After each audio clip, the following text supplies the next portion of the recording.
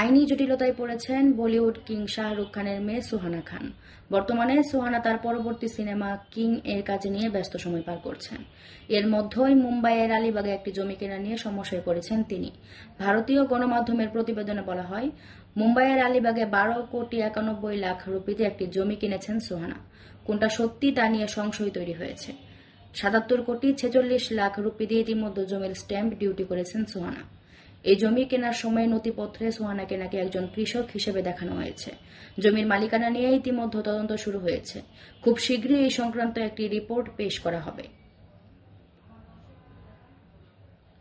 এটি সুহানার নিজের কেনা প্রথম জমি ছিল।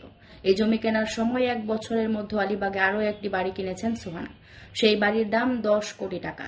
এখনো পর্যন্ত সুহানা বা শাহরুখের পক্ষ থেকে এই বিষয়ে কোনো বিবৃতি প্রকাশ করা হয়নি। কিছুদিন আগেই আরিয়ানের ব্যাটস অফ বলিউড সিরিজের ঝলক প্রকাশ অনুষ্ঠানে পরিবারের সঙ্গে উপস্থিত ছিলেন সুহানা।